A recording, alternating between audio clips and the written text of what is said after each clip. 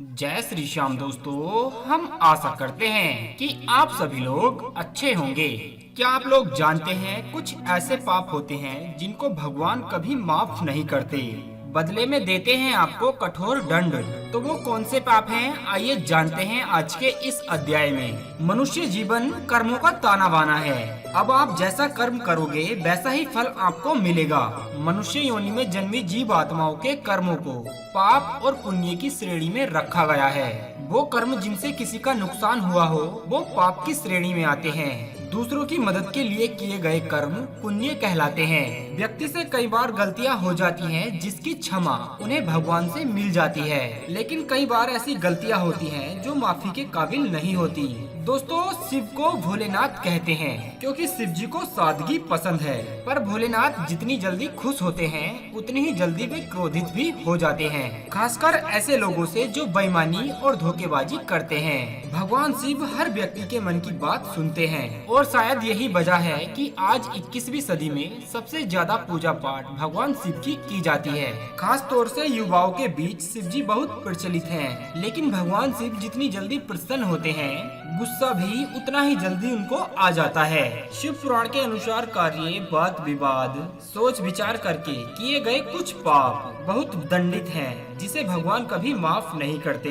ऐसा व्यक्ति हमेशा भगवान शिव के प्रकोप का भागीदार होता है और कभी भी सुखी जीवन व्यतीत नहीं करता है। आपने सुना होगा दोस्तों कि ऊपर वाले से कुछ छुपा नहीं होता है। यहाँ तक कि आप अपने दिमाग में जो सोच रहे होते हैं वो भी भगवान को पता लग चुका होता है। इसलिए भले ही आपने बात और विवाद में किसी को नुकसान ना पहुँचाया हो, लेकिन यदि तुम्हारे मन में किसी के प्रति कोई दुर्भावना है या आपने किसी का अहित सोच रखा है तो ये भी घोर पाप की श्रेणी में आता है। अगर आप परमात्मा में विश्वास रखते हैं तो आप ये भी जानते होंगे कि भगवान शिव हर जगह विद्वान हैं। आपके मन और दिमाग में चल रही हर छोटी बड़ी बात को वो जानते हैं। इसलिए यदि आपने किसी का सोच समझकर बुरा चाहा है, किसी के खिलाफ षड्यंत्र रच रखा है, किसी के प्रति बुरे भाव रखे हैं, तो ये भी एक पाप है। सोच समझकर की गई गलती को भगवान कभी माफ नहीं करते।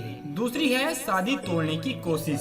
भगवान शिव को ऐसे लोग पसंद नहीं होते हैं जो अपने रिश्तों में ईमानदारी नहीं रख पाते, खास तौर पर किसी दूसरे की शादीशुदा जिंदगी को तोड़ने की कोशिश करते हैं। ऐसे लोगों से भोलेनाथ हमेशा नाराज रहते हैं और इस पाप को कभी माफ नहीं करते।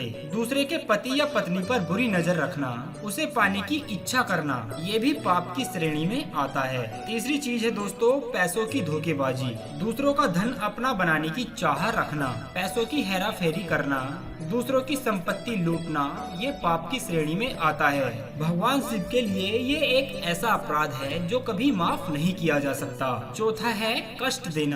किसी भोले भाले निरपराधी इंसान को कष्ट देना या फिर उसे नुकसान पहुंचाना, उसके मार्ग में तरह तरह की बाधाएं पैदा करना, ये सब भगवान शिव की नजरों में माफी ना देने वाला पाप होता है। पांचवा है दोस्तों गलत रास्ता अपनाना। कुछ लोग रास्ता भटक जाते हैं पर सही निर्देश मिलने के बाद वापस लौट आते हैं, और कुछ लोग ऐसे भी होते हैं जो सही सुझाव मिलने के बावजूद भी वापस नहीं आते हैं और हमेशा बुराई का साथ देते रहते हैं और बुरी राह को चुन लेते हैं। ऐसे लोगों का पाप अक्षमा योग्य होता है। इसके बाद है दोस्तों बुरी सोच रखने वाला मनुष्य। शिव पुराण के अनुसार जिस प्रकार आप किसी का बुरा करना नहीं चाहते हैं पर उसके बावजूद बुरी सोच रखते हैं, और ये भी एक पाप होता है। इसी तरह से भले ही आपने किसी का बुरा ना किया हो, लेकिन यदि आपकी बोली यानी जुबान असामान्य पाप करती है तभी से आप असामान्य पाप के भागीदार बन जाते हैं। और दोस्तों अंत में है अफवाह फैलाना। समाज में किसी के मान सम्मान को हानि पहुंचाने की नियत से उसकी पीठ पीछे बातचीत करना, उसके बारे में गलत अफवाह फैलाना, ये सब अक्षमा योग्य अपराध हैं। इन सभी पापों की भगवान शिव से आपको माफी नहीं मिलती है। तो दोस्तों अब तो आप लोग समझ गए होंगे कि आपको किस तरह के कर्म करने चाहिए और किस तरह के कर्मों से बचना चाहिए। उम्मीद करते हैं जानकारी आपको काफी पसंद आई होगी। अगर ऐसा है तो चैनल को सब्सक्राइब करके अपना प्यार हमें जरूर दीजिएगा। बस वीडियो के अंत में इतना ही कहना चाहेंगे कि हारे का सहारा बाबा श्याम हमारा। जय श्री श्याम।